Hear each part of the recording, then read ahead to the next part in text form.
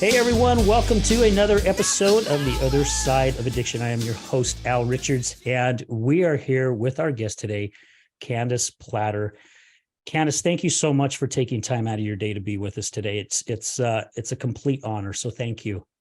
Well, thank you, Al. Hi, Brad. Hi, everyone. Hi, Candace. How you doing? Good, thanks. And we are going to talk a little bit about Candace's book that is on Amazon. And I tell you what, this book is killing it.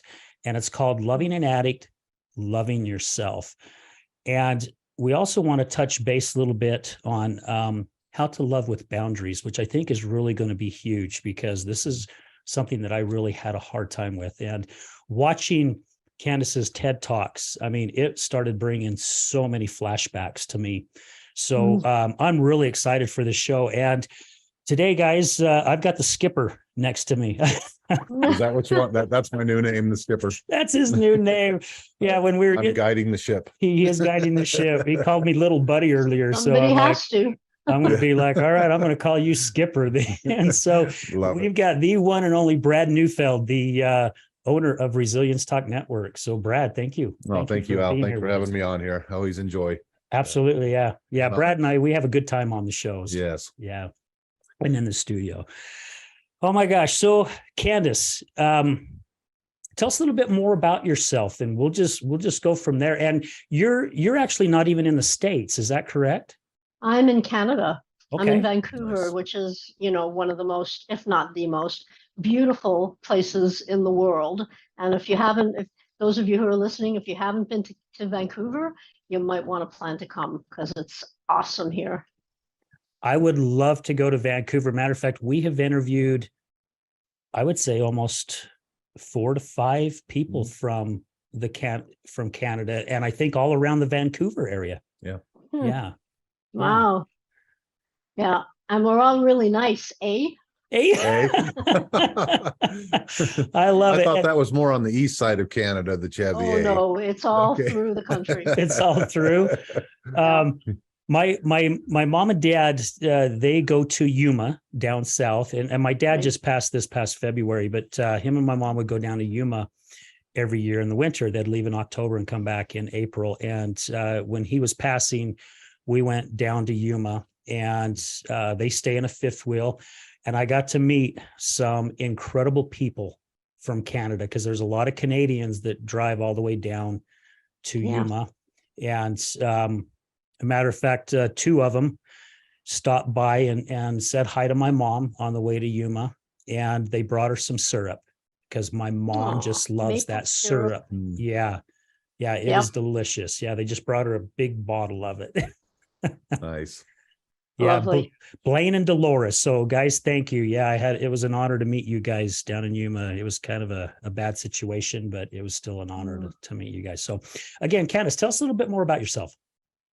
Okay. Well, I'm an addictions therapist and I have a private practice in Vancouver, but I work worldwide, just to let people know that. We're just talking to a woman in Finland right now who would like to get some counseling from us. Wow. Nice. I specialize in working with families who are dealing with somebody's addiction.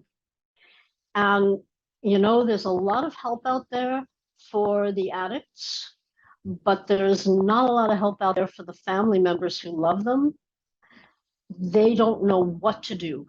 Yes. They're so desperate and so scared, and nobody's telling them what to do or showing them what they can do. And so that's where we come in. My business is called Love with Boundaries. Ooh, I love that. Because we need to love, and we need to love our addicts, and we need to love them with boundaries. We actually need to love everybody with boundaries, self-respecting boundaries, so that we're not disrespected and walked all over, but especially when you're dealing with somebody with an addiction who is, pretty good at manipulating. Those of us who have been in addiction know that very well. Yes. So I've been doing this work for about 30 years, and I'm 35 years clean and sober. Oh, congratulations. Congrats. Yeah, that is awesome.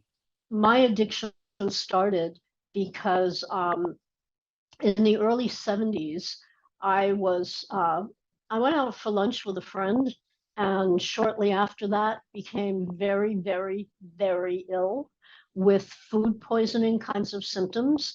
And that's what we thought it was. It would just pass, but it didn't pass.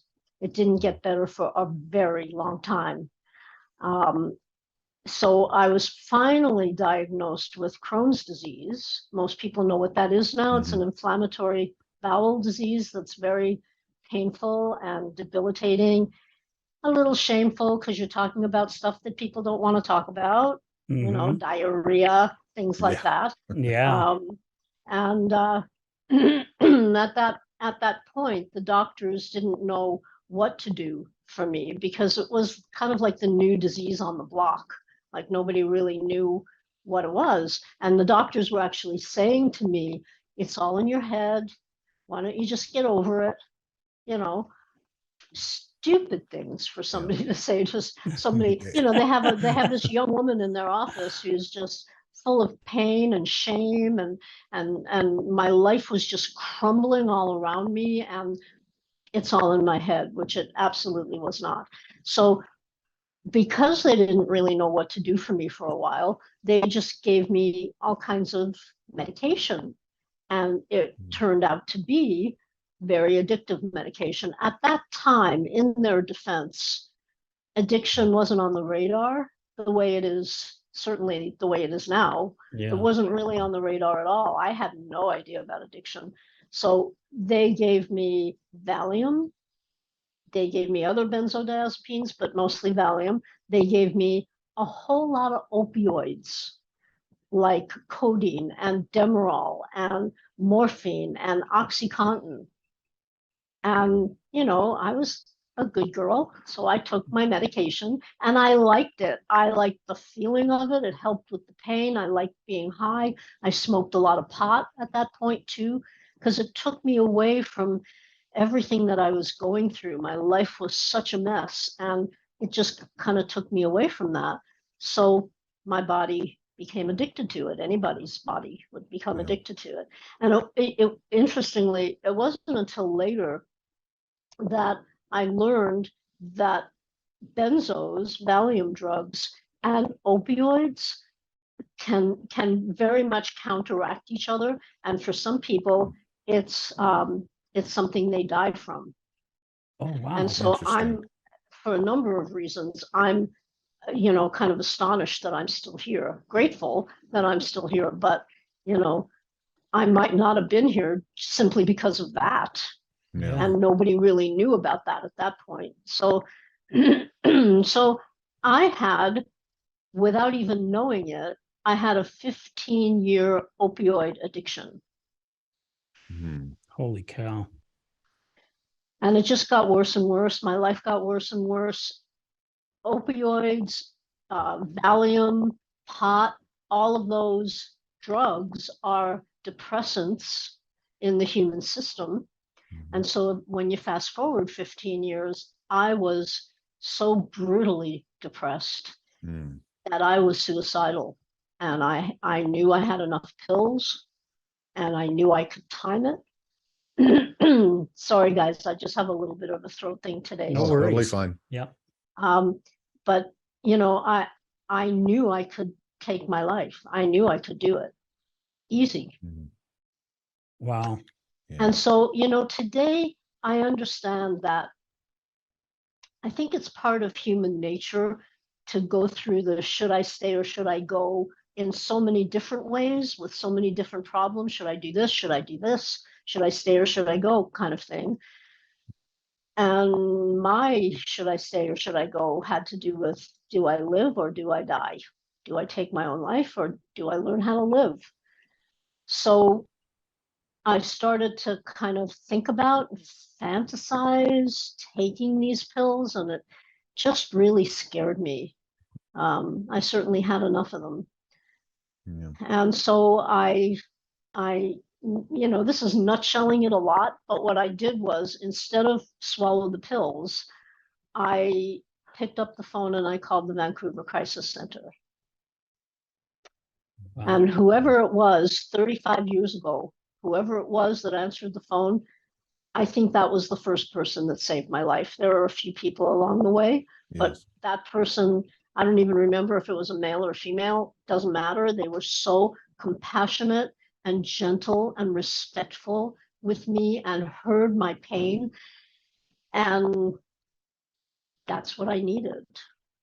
So I made a decision again. I spoke to a psychiatrist. I made a decision to voluntarily sign myself into a psych ward at one of our hospitals here. I was there for about 4 weeks, and that was a trip.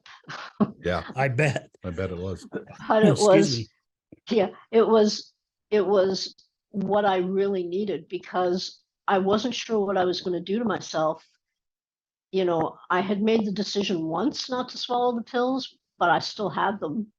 Yeah. And I wasn't sure what I was going to do to myself if I had my clothes and could be out in the world, if I had my car keys, you know, what was I going to do? So I let them take my clothes and my car keys and search my car for all my little roaches of pot, and started to get the counseling that I needed. And it was there that I learned about addiction a little bit. I learned about Narcotics Anonymous, which they had meetings for Narcotics Anonymous right across the street at the nurse's residence every day at noon. And I met a couple of other people in the psych ward who were going, because they were they'd had psychotic breaks or whatever, and they were trying to stay off drugs. So they took me to these meetings. And that was the next thing that saved my life. I don't go to them anymore, and I'd like to maybe talk about why maybe a bit later. But for the first 10 years of my recovery, I was going to usually a meeting a day. I started out doing 3 meetings a day. They talk about 90 meetings in 90 days. I was doing like 3 times that much, just Holy cow. Just to be able to stay clean, because I couldn't work at that point. I was way too sick. Yeah. And so, you know, I sat in those meetings and I cried and I sobbed, and you know, there were a lot of people there that just would let me do that. And I was talking to you before about that particular meeting. There, you know, you'd go to the meeting, you'd walk in through the door, but outside there were all these motorcycles lined up, and there were all these bikers in the meeting wearing the black leather and the chains and the tattoos and all of this that I knew nothing about, because, you know, that wasn't my world at the time. So they were there, and they were sharing from their hearts. Of course, everything was effing this and effing Yeah. that. Oh, yeah. And I'd sit there going, oh my God. But I would just sob through it, and they would come to me and they would hug me and they would say, keep coming back. Nice. And, you know, in my family, that wasn't the message I got. It was more like, go away. Yeah. So, You're a pain in our ass, right? So just leave. Exactly. Yeah. We just don't want to have to deal with you. So to have people tell me to keep coming back was a gift. It was really lovely. And I kept coming back. Yeah. So that was the beginning of my recovery. I did the usual going to detox and treatment and doing all of that as well. Yeah. Yeah. So I wanted to pause you for a minute. Yeah. The majority of our guests that have come on, I would say probably 98% of them, they usually fall into, well, their addiction kind of starts at the age of 12, 13, 14 years old, right around the puberty time. Right. And it's pretty much, I would say 98% of them is because of some kind of trauma in their life. You know, it's because of coming from a broken family, or maybe there was some kind of physical or sexual abuse, right. Bullying. Yeah. You know, there's such a wide range. Driving force. Driving force that gets it. And I think, I don't know, I could be wrong, and I hope I'm not, but I believe, Candace, you're either the second or third person we've had as a guest on the show who basically kind of fell into the addiction because of a health issue. You know, and I can understand wanting to take something that made you feel a heck of a lot better? Because especially because my wife, she had colitis for quite a Same while. disease. It's Same the type same of thing, disease, right? just in a different place in the bowel. Yeah. Yeah. And I could see the misery in her face. And we ended up also finding out that some of her lower intestine had twisted, which was causing her all kinds of pain and blockage and Yeah. everything. And I remember at times she told me, she's like, I'm done. I just don't want to do this. Yeah. And you sent me an e-copy of your book, and I was reading it, and it says, a part in it says, I don't believe the addicts choose to become addicted. And that resonated with me so deeply. And it's because I've shared this on the show many times, that someone just doesn't wake up one day and just says, hey, guess what? I'm going to be a heroin addict, or I'm going to be a meth addict, or I'm going to be an alcoholic. It doesn't happen that way. Right. And it didn't happen that way with you, right? And Right. the stigma that is out there in society nowadays, and I've shared it, I'm just as guilty as other people out there. You think that's what it is. You think someone just wakes up one day and tries something and goes, Yeah. this is what I'm going to do the rest of my life. I'm going to destroy everything around me. I'm going to lose everything I have. I'm going to lose my family. I'm going to lose my kids because I'm going to be a professional meth addict. And that's just going to be it, you know. But Right. people don't realize where it starts. Mm-hmm. And you know, addiction, they talk about addiction, they talk about recovery. And I believe this is really true. They talk about recovery being one day at a time. Because if we try to take on like a whole chunk of recovery, we're going to relapse. It's one day at a time, one day at a time. Addiction is one day at a time too. Yeah. But the problem with addiction is that it's progressive. So is recovery in its own way, in a positive way. But addiction is progressive. So what that means is it takes more and more of the substance or the behavior to get the same kind of high that you were getting before. Mm-hmm. And one day at a time, people start using more and more and more of that. It's gradual for most people. Yeah. And I also see addiction, especially, it doesn't even really matter what the addiction is, but you know, there's a difference. Most of the people who are listening to your show probably know this. There's a difference between a mind-altering addiction, alcohol, drugs, alcohol's a liquid drug, and behaviors like gambling or spending too much money shopping or watching porn or eating too much chocolate, which is one of my addictions now. Yeah, there you go. Yeah. Is there a chocolate anonymous? No, never mind. I would not go. I would not go. I don't want to stop. No, Yeah, me neither. but you know, I lost my train of thought in that great moment. The mind altering towards, compared to. Okay, got it. Okay. Thank you. So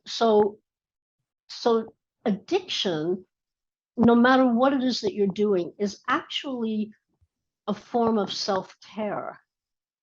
It's just a twisted form of self-care. You want to feel better. You want to do something for yourself that feels better. Many people who are in addiction, most people, I mean, addiction is no fun to be in. We all know that. We have this euphemistic word that we're partying, right? We're partying. Mm. We're not partying, we're suffering. Yeah. Yeah. So it's not fun. Every once in a while, you might have a fun experience with addiction, but most of the time, it's really miserable and awful. And so as a form of self-care, it's very twisted and very unhealthy, and it always comes back to bite you on the butt. Yeah. So what in order to be in recovery, you need to find other ways to take care of yourself that don't bite you on the butt, that actually work and feel better in the long term.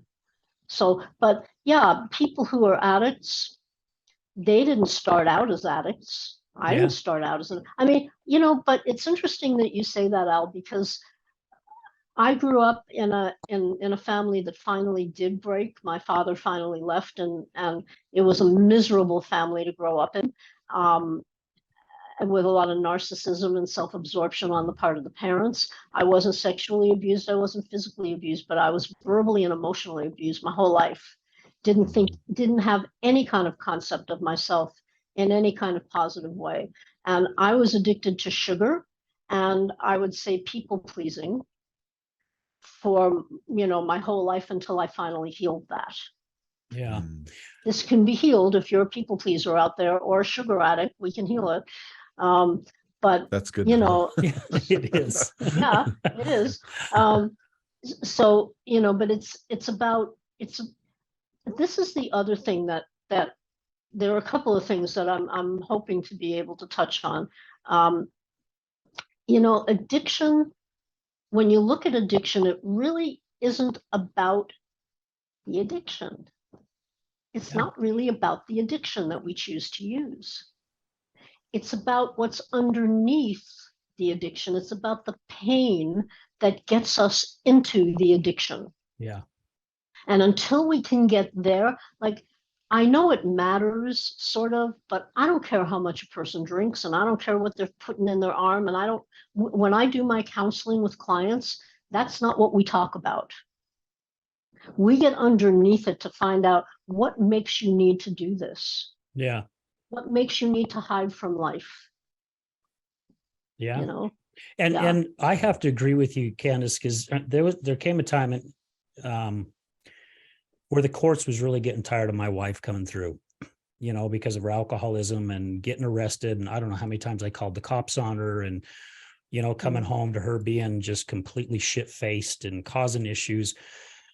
And her public defender called me up once and said, look, man, they're getting tired of her, and it's getting close where they're going to throw her at the point of the mountain. Now, our prison has recently moved, but the point of the mountain here in Salt Lake, where it goes from Salt Lake County to Utah County, that's where the prison was at. So that's why they call it the point of the mountain. And they're like, what is it that we can do? I mean, and I remember telling this guy, you need to find a place for her to go that can figure out what's going on inside her. That's because right. she's got something that's inside of her that keeps directing her back to that alcohol. Yes. And I've heard my wife say quite a bit now in her recovery. Matter of fact, on the 9th of November here, she hits 23 months sober. So she's almost got 2 years in. And I remember going to some of these events that she was going to, and I've put myself in the addiction world because of what I'm doing now with the podcast. And also it's huge support for her that I'm there and I'm getting involved. But she has said many times, and I've heard other addicts say this, the addiction is not the issue, which Candace just said. Yeah. And she's the therapist. Yeah. That's just the Band-Aid. Yeah. So basically, these people have a cut. I'm trying to put like an analogy towards it. They have a cut, and basically it's just festering with infection. And you got to figure out how to get in there and get rid of that infection before you can heal the cut, right? Yeah, the Band-Aids won't cut it because you have to keep using another Band-Aid and another Band-Aid. And another analogy, the Band-Aid analogy, is the Band-Aid on the heart attack. Wow. Like a Band-Aid won't cover a heart attack. No. And it doesn't cover the pain. It covers it for a minute and a half.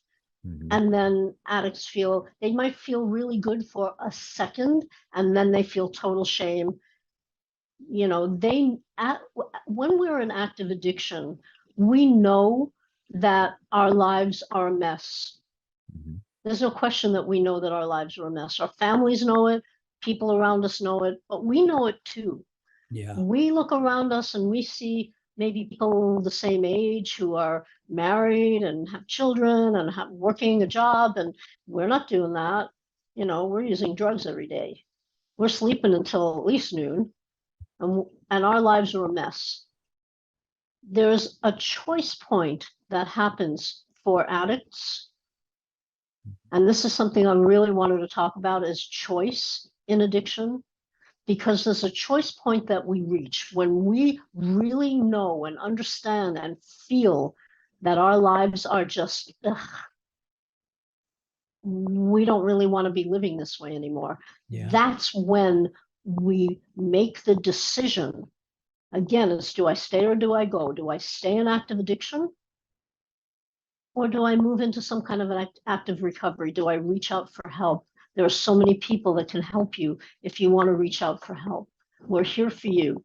We're here. I'm here for your family as well. I'm also here for you. But that's the choice point, because all of us, I think you'll agree with this. I hope you do. All of us who are in recovery know that we are making a choice to stay clean and sober one day at a time. Yeah. Whether we see addiction as a disease, which the 12-step model does, whether we see it as, a genetic predisposition, my father drank, my mother, whatever, the scientists haven't been able to totally, in the 35 years that I've been involved in addiction, the scientists have not definitively come to a place of there's a genetic predisposition. But I think there is, and I see it in families. But just because that it's there does not mean we have to do it. Right. And Yeah. just because we have a disease, if you want to call it a disease, I don't call it a disease anymore because I have a disease and I know the difference between Crohn's and addiction. It's just so different. I think people like to call it a disease because there's brain involvement in addiction, of course. And there's significant brain involvement, especially with mind-altering substances. But there's brain involvement in everything that we do.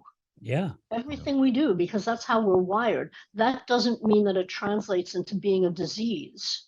But even if you want to see it as a disease, underneath all of that, it's a choice we make. Yeah. And we're either making the choice to be in recovery or we're making the choice to be in addiction. And it's really that simple. Yeah. It's not easy to be in addiction or to be in recovery. Recovery is much better, but it's not easy, but it's simple. What choice are you going to make today? What choice are you going to make this second? Am I going to swallow my pills? Am I going to pick up the phone? What choice are you going to make? Yeah. So that's how I work with people who are either family members of addicts or the addicts themselves. What's getting you to make this choice? How can we get you to a different choice? Absolutely. If you want. Well, Candace, I've worked in the mental health industry for about 30 plus years. That's my background, working mostly with teenagers, and I dabbled in addiction because there was, thank you. Yeah, there was sometimes where I'd be working with a youth and their parents would have addiction issues, and so we'd steer them into getting some help. And when you talk about that choice point there, that's going to be different for everybody, I'm sure, but what percentage of people do you find that come to you are at that choice point? Because I know a lot of the people I worked with, well, I'm going to go get help just because my family wants me to, or they're telling me to, or there's a hammer there, meaning my family's going to disown me if I don't if I don't get rid of this out of my life. What would you say about how many people would come to you with that, having reached that choice point? Or is that something that you need to work with them on reaching? Good question. Yeah. It depends. And I remember a time when I was working with a number of mandated people who had to come because otherwise they're in prison. They had to come to counseling. And what I realized was that it didn't really matter why they came. What mattered was why they stayed. Okay. Right? So if somebody's resistant and, they're going to work with Candace, that bitch, that therapist, she's going to, whatever. I don't mind that. Like, come on in. Let's talk about it. Let's see. Maybe I'm a fit for you and maybe I'm not. And today, that's okay with me because I'm no longer a people pleaser. It can be healed. Yes. But, so with people who are in active addiction, who aren't quite ready to leave active addiction, I can work with those people and we usually get to a good place in a very short period of time. But it depends. Sometimes we don't, because sometimes there are people who are just not going to stop. They're not going to stop. They're not ready. And that's okay. That's your choice to make, because we live on a planet of free will. So I can't control your choices. If I could, I would get you out of addiction just like that, but I can't do that. So whatever you choose has to be okay, because nobody can really change that. And I want to talk about that in a minute too, that we can't really change or fix another person, but there are Right. things we can do. There are things we can do. With families, by the time they get to love with boundaries, by the time they find me, most of the time they've sent their addict to rehab a dozen times and have spent a gazillion dollars. Yeah. They've tried everything. They've tried this counselor and they've tried that, and they've done this, and they've kicked them out, and they've brought them back in, and they've done everything, and nothing's This is working. sounding Nothing's familiar, working. huh? Yeah, Yeah. it does. Nothing's working. And by the time they finally find me, that's where they are. Now, when people can find me earlier than that, that's even better. But most of the time, that's what happens. So they come to me. The first thing out of their mouths most of the time is, "We know we're enabling, but ... Yeah. But we don't know what else to do. We don't have any idea. What do we do? What do we do? We know we're not doing the right things. We know it isn't working." Right. There's so much desperation in these families. So we start working on how to stop enabling and how to actually help the addict recover, right? So there are things, if you're enabling an addict, and by enabling, I just really like simple definitions. So enabling means that you're doing for somebody what they can and should, and that's not a word I use very often, but what they can do for themselves, what they actually should be doing for themselves on a pretty consistent basis. Okay. Yeah. So you're giving them money when you know where that money is going to go. It's going to go in their arm, up their nose, down their throat. You know that, but when somebody says to you, I just need $20, Mom, come on, $20, and they'll just poke at you till you finally give it to them. But it feels like you're doing something nice for them. Okay, here's $20. When in actuality, if you know where it's going to go, you're keeping them in. Yeah, you're keeping them in that. Yeah. Yeah. So enabling. Oh no, go ahead. Go ahead and finish, Candace. So enabling. What we know about enabling is that an enabled addict, somebody who's getting all of this done for them, allowed to live at home, allowed to sleep all day and be up all night and make noise and sometimes be physically violent with the family and that kind of thing. When an enabled addict does not recover, because really, why should they? Yeah. Yeah. Yeah. Right? Great statement. So we can't make an addict stop using. That's impossible. Serenity prayer. We have to accept the things we can't change. We can't change other people. We can change ourselves though. And we need to change it. So there are things that we can do. And one of the most important things that family members can do is to start making it less comfortable for the addict to stay in active addiction.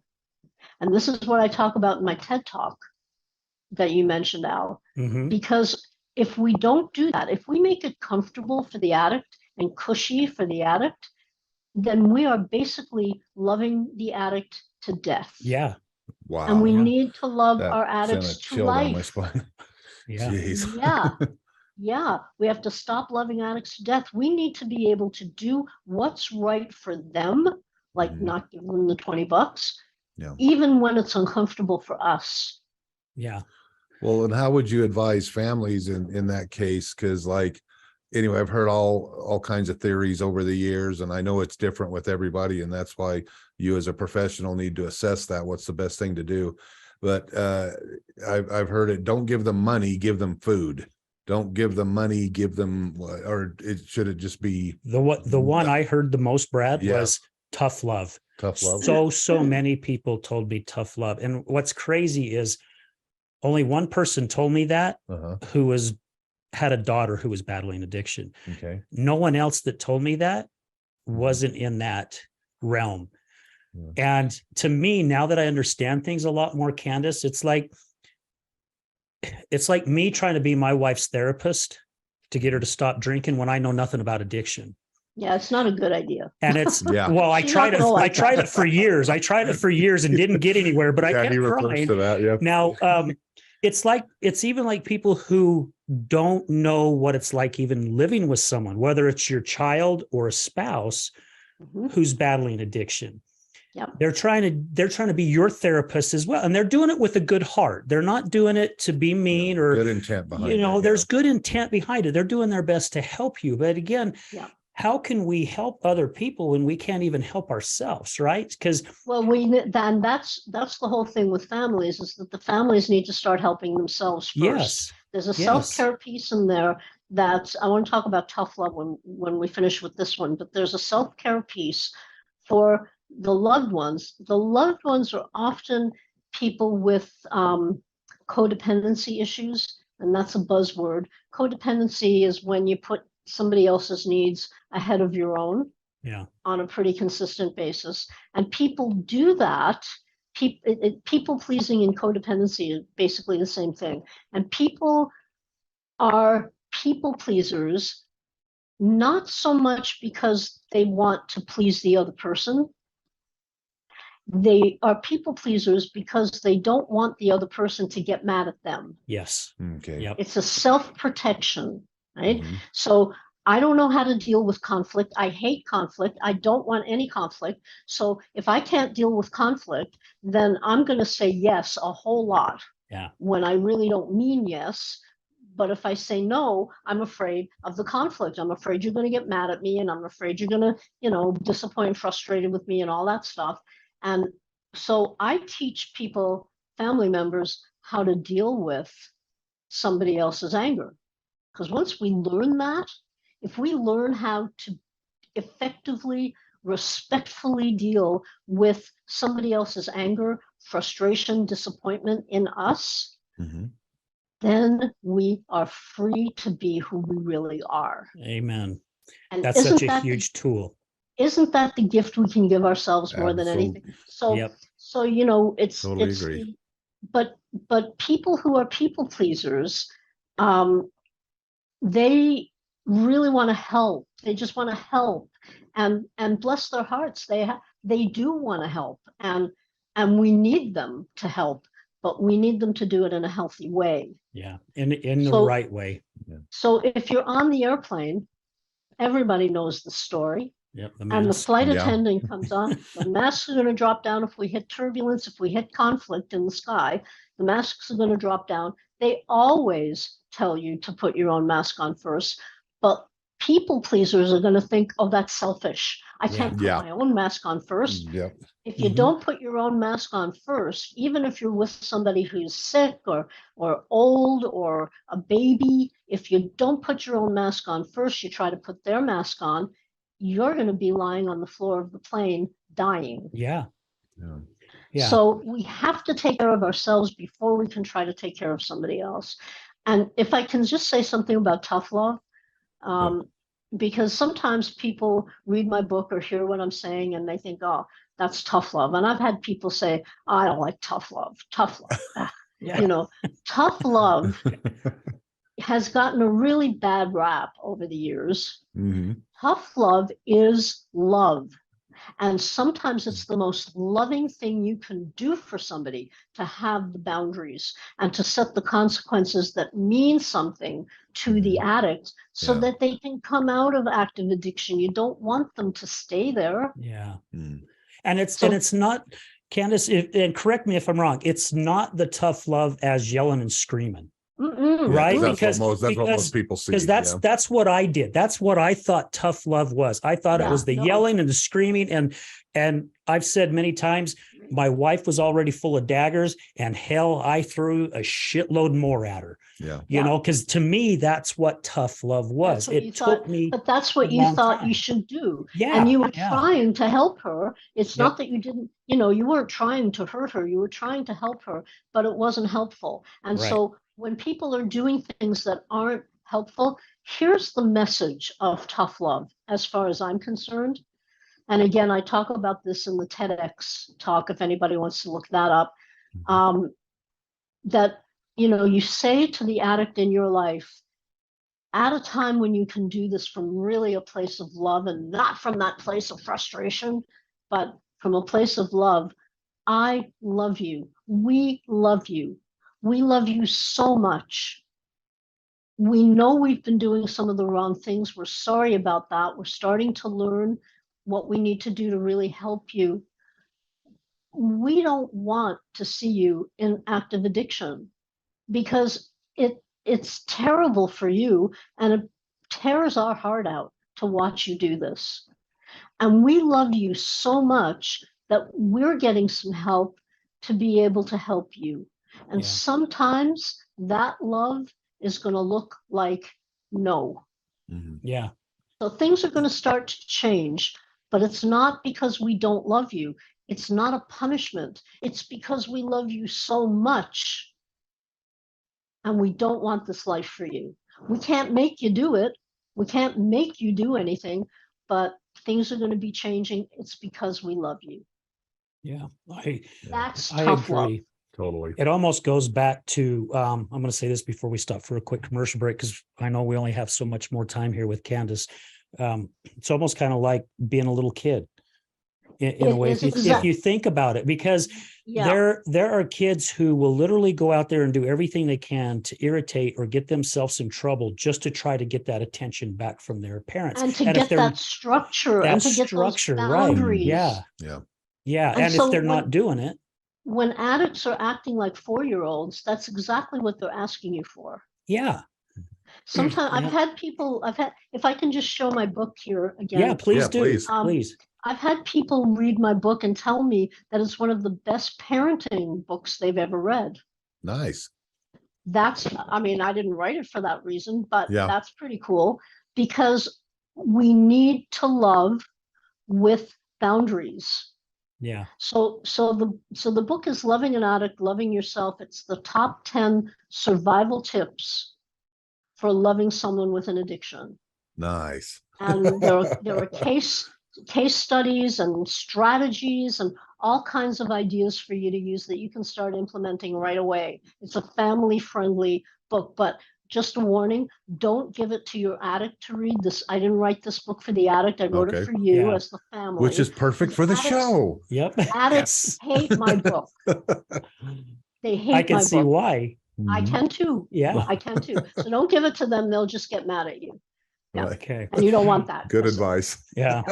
Well, guys, we're gonna take a chance or a moment here and stop for a quick commercial break, and then we're gonna come right back. And we've got some time restraints today that we got to respect. We're gonna come back and we'll get a few more things in, but I definitely already know we've got to get Candace back on the show again. Absolutely. Because I know this show could have turned into a 2.5 hour show easy. Yeah. So anyways, and maybe if it's live the next time, which I think you were talking about, we can have people call in and I can answer some questions. Let's set that up.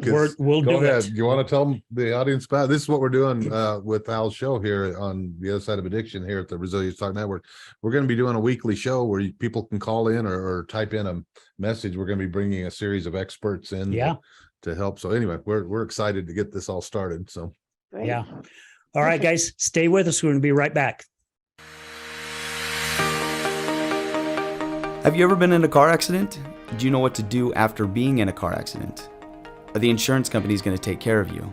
Hi, I'm attorney Rick Heaton with the Law Office of Bobby Udall. I will help you through the process and answer all of these questions. I give every single client my cell phone so they can talk to me whenever they need. Let me deal with the insurance company so you can focus on getting better from your injuries. Call me at 385-330-0226. Again, my cell phone number, 385-330-0226. Don't call the insurance company first. Call attorney Rick Heaton at 385-330-0226.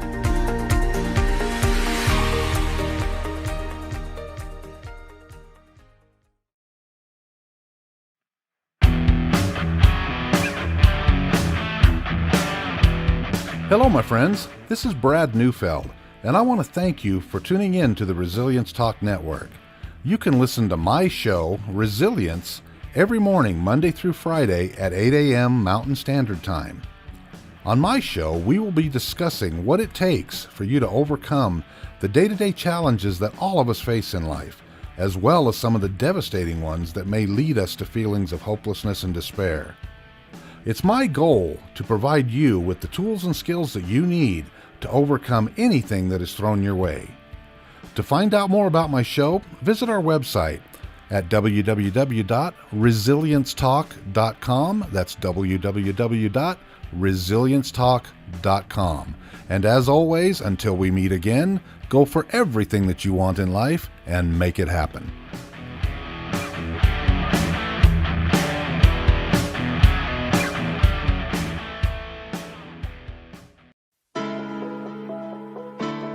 Good morning, this is Leticia with Computer Hospital. We are your computer repair experts for both PC and Mac. We are your community resource for all of your computer repair needs. What makes us different is that we want to fix your computer. We also do free diagnostics. We charge a flat rate labor, which means that you won't pay by the hour. All of our computer repair is done in-house with a fast turnaround time, and same-day service is also available. Feel free to stop by anytime without an appointment. We're located in Sandy at 8721 South State Street. Again, that's 8721 South State Street, or call us at 801-987-3993. Again, that's 801-987-3993. This is Leticia with Computer Hospital, and we look forward to seeing you soon.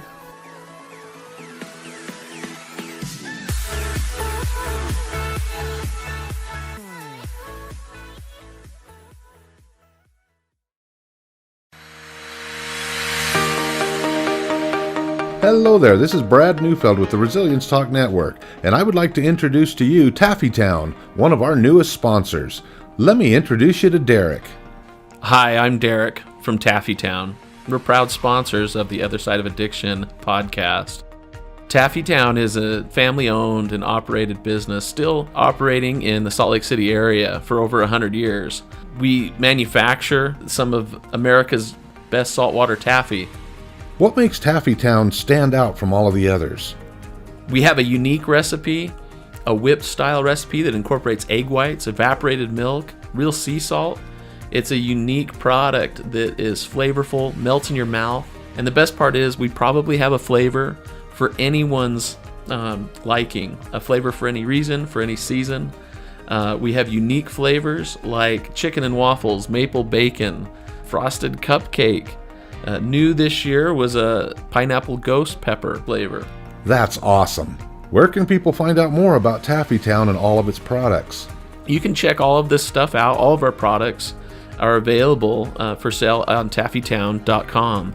We ship for free from our website, so all of our pricing on there is shipping included. Oftentimes we offer special promotions and discounts to our loyal customers, so do be sure to sign up for an account. And we look forward to seeing what we can do to make you smile with our taffy. Where are you located? We are currently located at 9813 South Prosperity Road in West Jordan, Utah, just at the foothills of the Copper Canyon mine. Derek, taffy has always been a great gift to give. What are some of the creative ways Taffytown can help say thank you to others? Yeah, if you're looking for gift ideas, whether to say thank you to friends or family, or maybe to your clients after such a difficult or successful year that you've had, you could look no further than to get a gift idea from taffytown.com. We offer pre-packaged gift boxes that say that it's saltwater taffy from the city of the Great Salt Lake, and it tells a little bit about the history of our community and making candy for so long. You can also do customized gifts to pick out just the right flavors or colors of candy for that special someone and deliver even a personalized message in that box to them. So please feel free to check out taffytown.com for any gift ideas this season. Thank you so much, Derek. Please visit taffytown.com, that's taffytown.com, to find out more about the products and services that Taffytown offers. You won't be disappointed.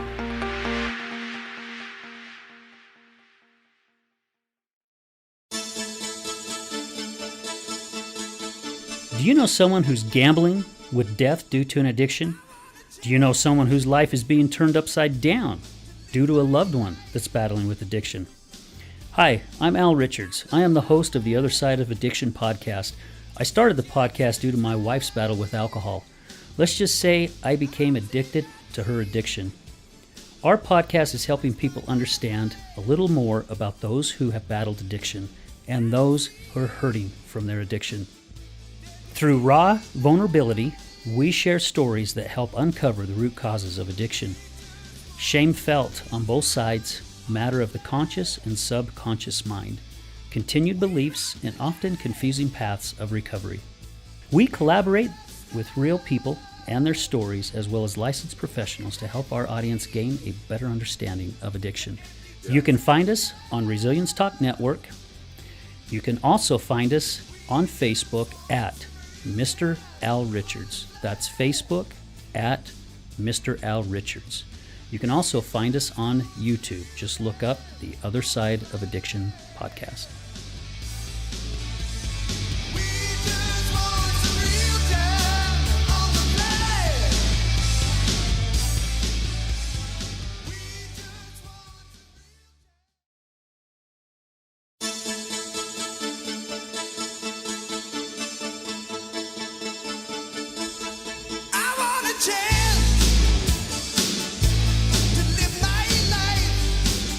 Hey everyone, welcome back to the Other Side of Addiction with our special guest, Candace Plattor. So again, Candace, thank you so much for taking time out of your busy day to be here with us. We greatly appreciate it. I'm looking at your blinds in the background. It looks like the sunlight's coming in, and you're in Vancouver, Canada. Maybe it's not, but it's snowing. It's here in snowing Salt out Lake. here. We're looking at We are watching right outside our studio window here. We're watching the flakes coming down. And of course, it's been too warm. It's not sticking to the ground on the grass, but it's not sticking to the roads. But it probably will. Yeah, it probably will I know. soon. Yeah. So the first half of the show, there were so many things you were saying, Candace. We were talking about tough love, which we were saying off air, would love to go into some more. And you also mentioned about an addict is not going to, there's nothing we can do to change that person. It's got to be up to the other person. And I remember saying, and I've shared this on the show many, many times, my wife was in her recovery center, and I had the opportunity to sit down with the therapist that she was working with. And she was asking me a bunch of questions, and we were talking, and I was that enabler. I was the knight in shining armor who's going to ride in, and I'm going to save my wife. And I argued with her, and she said, Al, there's nothing you can do. And I said, bullshit, you watch me. Yeah. You watch what I'm going to do.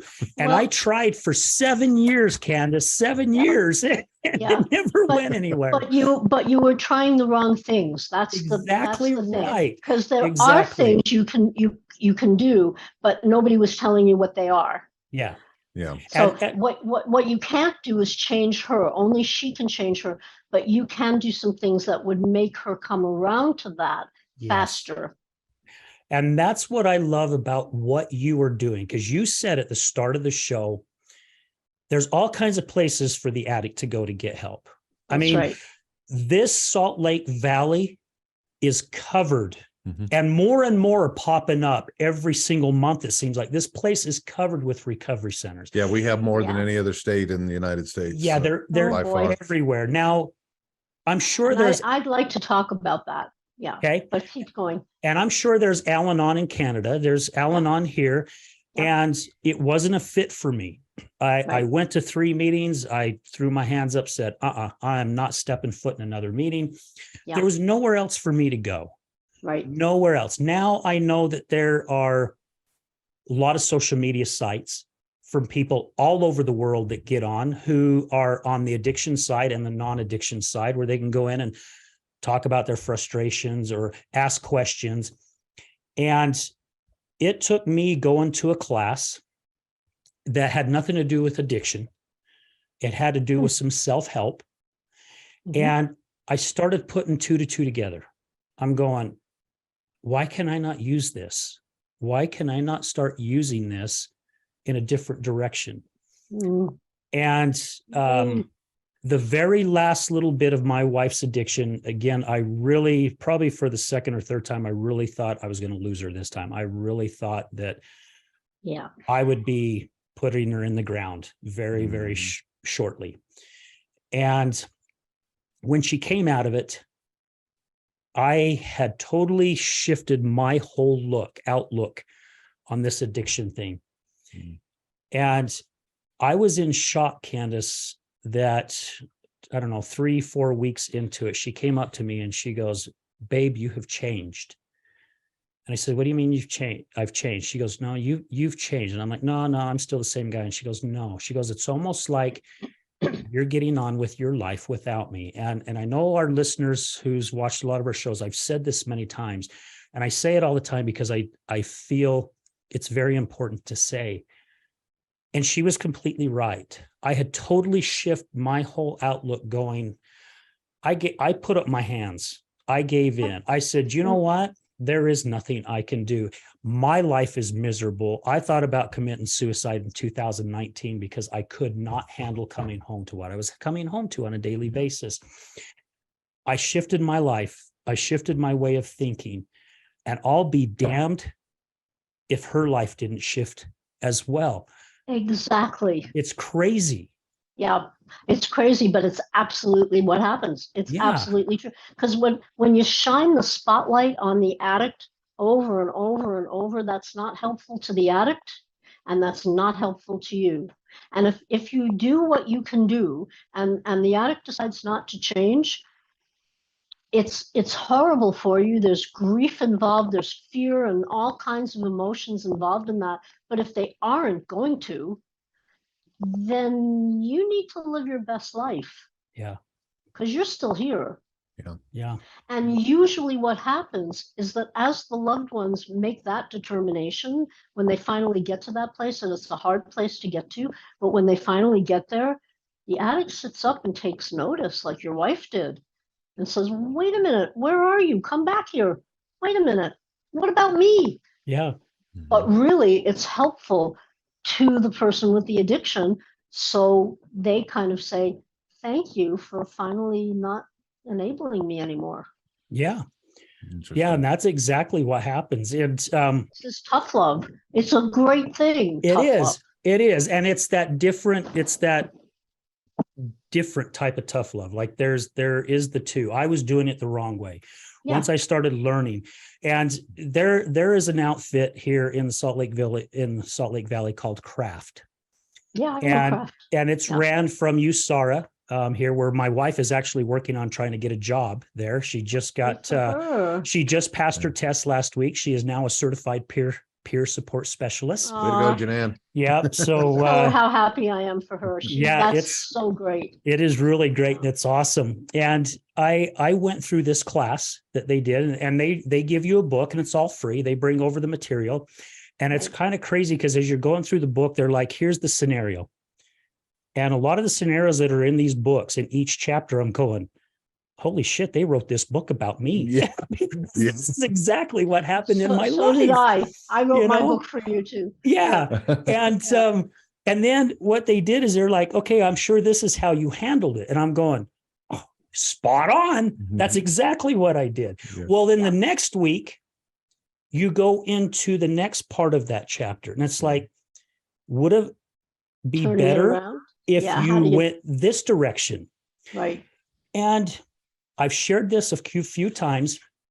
In my mid-20s, I went to therapy for 6 months because I had a bad temper. And I had to learn how to control my temper because I hurt someone that I really didn't mean to hurt. And it was because of the anger. The blinders came in and I just went berserk. Yeah. And I remember my therapist sitting down with me once and getting me really upset. And I could feel my knees bouncing, my toes bouncing up and down. I could feel my fists starting to double up. And she asked me how I was feeling. And I says, "Yeah, you've got me pissed off as hell. Why are you doing this? You're supposed to help me learn how to control my anger." She had this piece of paper. She put it in front of me. She flipped it over. There was a circle. One was dark, one was light on each half. All these different paths.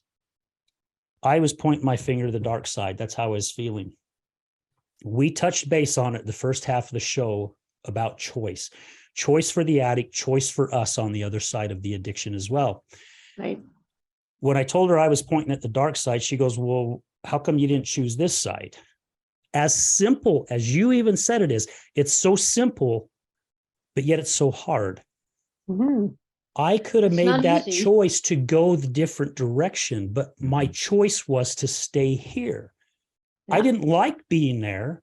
So why Right. did I continue to choose to go there? And until I Well- understood that, and it still didn't resonate to me, even through the depths of my wife's addiction, I completely forgot about that. But basically, it was the same damn thing. Yeah. You know, I was so busy being angry instead of going, oh, wait a minute, I have a choice. Because in AA, they teach the addict about boundaries, how to respect themselves, how to love themselves, choice, triggers. The same goes for us. We have that Well- choice, right? And we have to set boundaries for us, healthy boundaries. Yeah. You know, what happens for a lot of people who are in a position of being so angry and, you know, making a different choice, often they feel like they don't deserve a good life for whatever their own reasons are. They don't feel like they deserve to make a different choice and be happier. And so we have to get into that too. Like, what's that about? Is that from the past? Well, you know, the past doesn't really exist anymore, except for when we think about it. Yeah. And what are we thinking about it? And so let's change what we're thinking about the past. It's what people did to us, how people treated us badly is really not about us. Yeah. It's about them. So if we can start to understand that and you know, look at having a better life. I hear what you're saying about AA, and I do know that AA, the 12-step programs, have so many good things in them, like sponsorship and fellowship and, you know, sober dances, like how do you dance sober? Are you kidding me? Like that kind of thing, right? I'm not able to do it. And it's wonderful. It's wonderful for people to be able to have that. The problem that I have with the 12-step program is that their teachings go kind of like this, that you have a disease, you're powerless over that disease, and you're going to relapse because relapse is a normal and natural part of recovery. And that's giving them the okay. It is. It's taking away, totally taking away personal responsibility of choice from the addict. And so saying that to an addict or to their family, I think it's dangerous. I don't think it's accurate, and I think it's dangerous. And when I was at about 10 years clean, I started really listening to all the readings that you do before the meetings, right?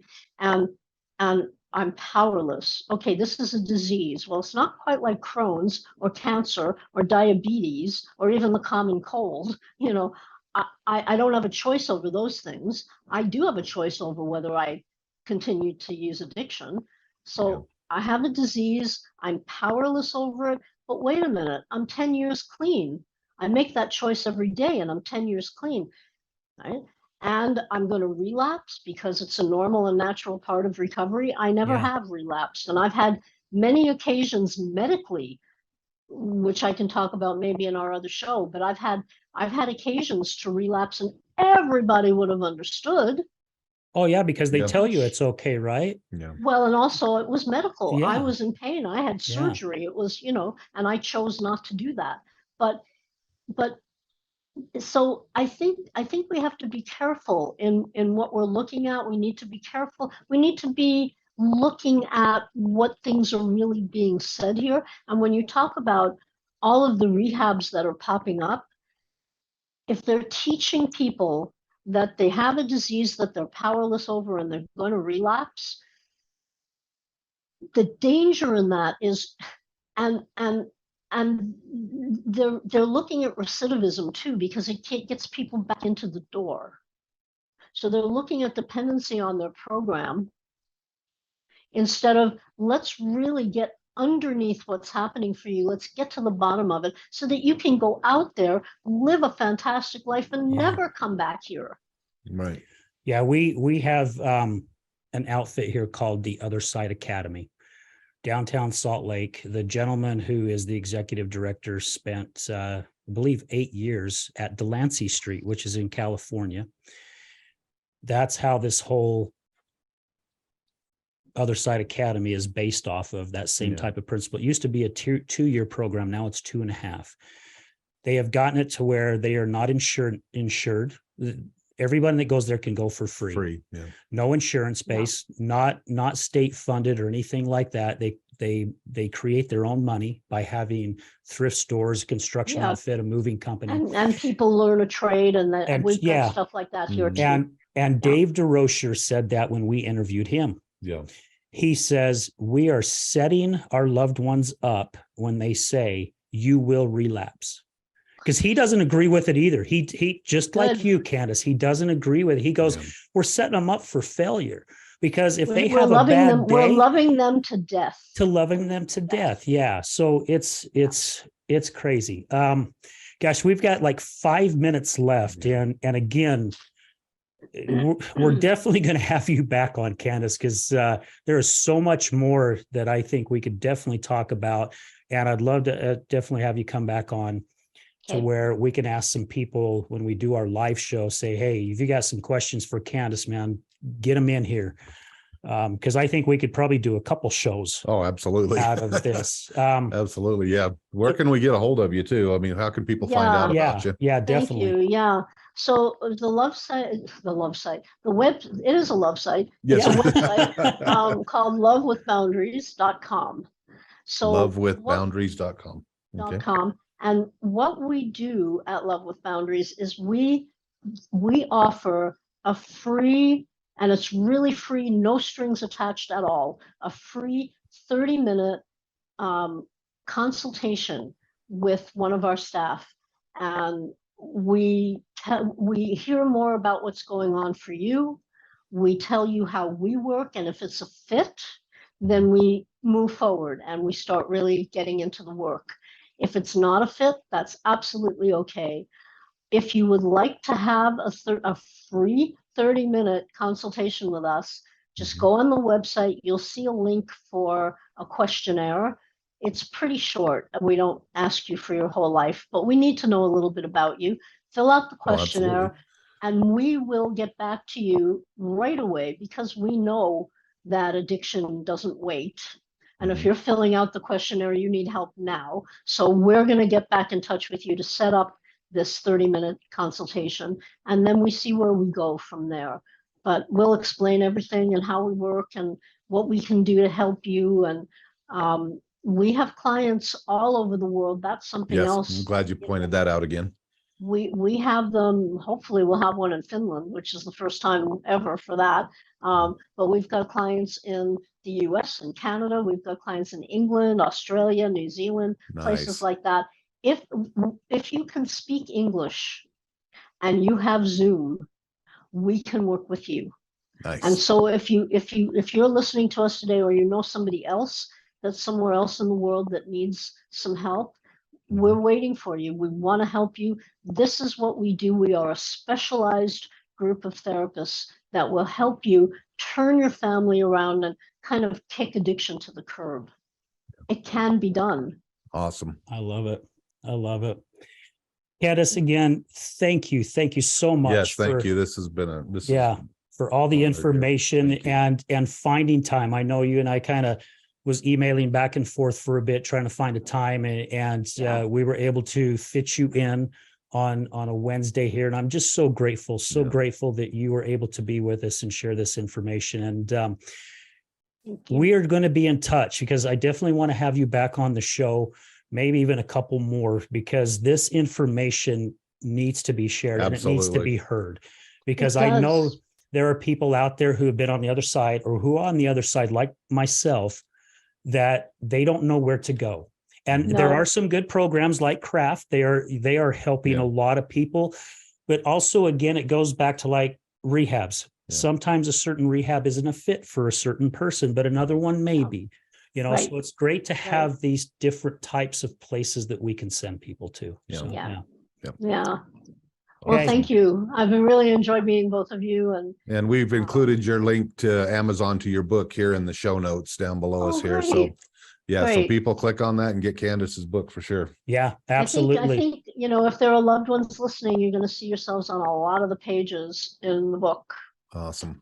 Yeah. Well, as I get further into it, I'm sure I'm going to see myself in a lot of those chapters. Yeah. Yeah. And the hope is that you find that you see yourself sooner than later. There you go. Yeah. Learn what to do sooner than later. There you go. I love it. Again, Candace, thank you for your time. Greatly appreciate it. Brad, thank you for sitting in. Oh, you're welcome. This has been fun. Thank you. Yeah, greatly appreciate it. And I wish we had more time, but we will make sure we make some more time. Let's do it. So guys, again, thank you to all our listeners, all our many sponsors, all our many guests and guest co-hosts. Thank you. None of this would be possible without you. We're going to end it as we do at the end of every show. Remember, addiction is giving up one thing for everything, and recovery is giving up everything for one thing. Did I say that right? No, I said it wrong. Yeah, you did. Okay, redo. Hurry, really quick. Remember, addiction is giving up everything for one thing, and recovery is giving up one thing for everything.